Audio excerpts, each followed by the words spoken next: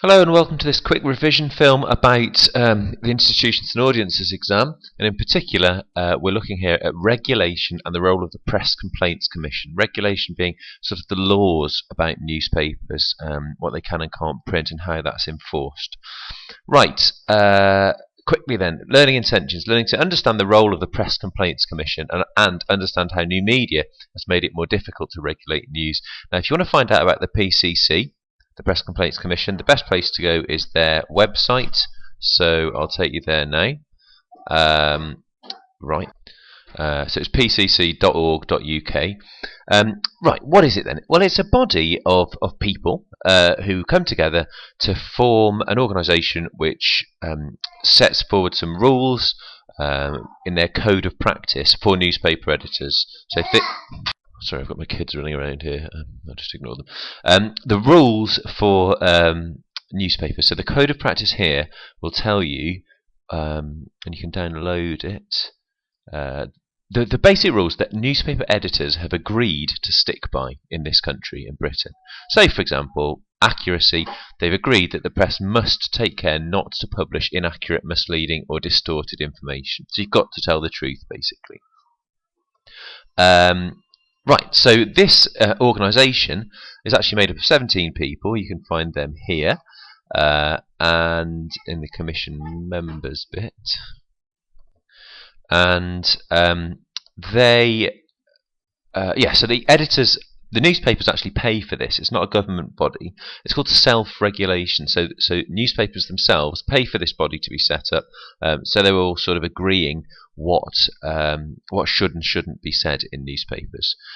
What you can do with it then is, if you feel you've been badly treated by a newspaper, then you can complain to this commission. They will investigate it, and basically, if the Press Complaints Commission believe that what you've said is true, that you have a good case, then they'll act on that. They'll uphold the complaint. The newspaper will have to apologise and change the story or print an apology or something like this. So you can see here, can't you, in this bit in the middle, the cases that have been recently resolved. Okay, so this is the way that Britain. In Britain, the press is regulated. Now what you need to do is go and have a look at this website, look at some of the cases. It's quite interesting really, some of it, but I haven't really got time to go through it now, but look at some cases so you've got some specific case studies to look into, or some specific examples, and just make sure you know that you're able to talk about the PCC, the Press Complaints Commission. Okay, right, now moving on then, thinking about new media. Why has new media made it more difficult to regulate news? Well, the thing about new media is it's not organised, is it? So when you're talking about user-generated content on things like YouTube, on Twitter, on Facebook, and blogging, news being produced this way, there are no institutions or organisations making these things. It's often produced by individuals rather than institutions. So it makes it much more difficult to have a regulatory organisation like the PCC, because what are you going to do? Everyone's got to sign up individually to it. It's not going to happen. It's harder to hold people accountable when it's individuals using new media. So a really good example that's important recently, very current, is this idea of super injunctions.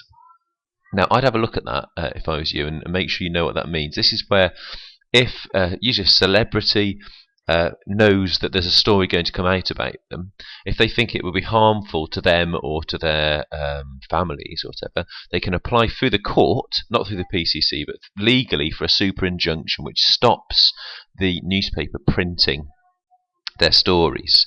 But now, very often, you've got Twitter being used to get that story out anyway. So, for example, if a footballer's had an affair, they might apply for a super injunction to stop a newspaper printing that.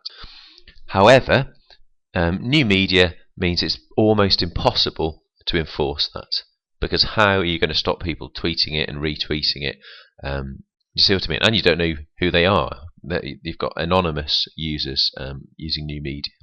Okay, so that is about that. Just make sure you've got access to that. There's some information and examples that you might need to use in your exam.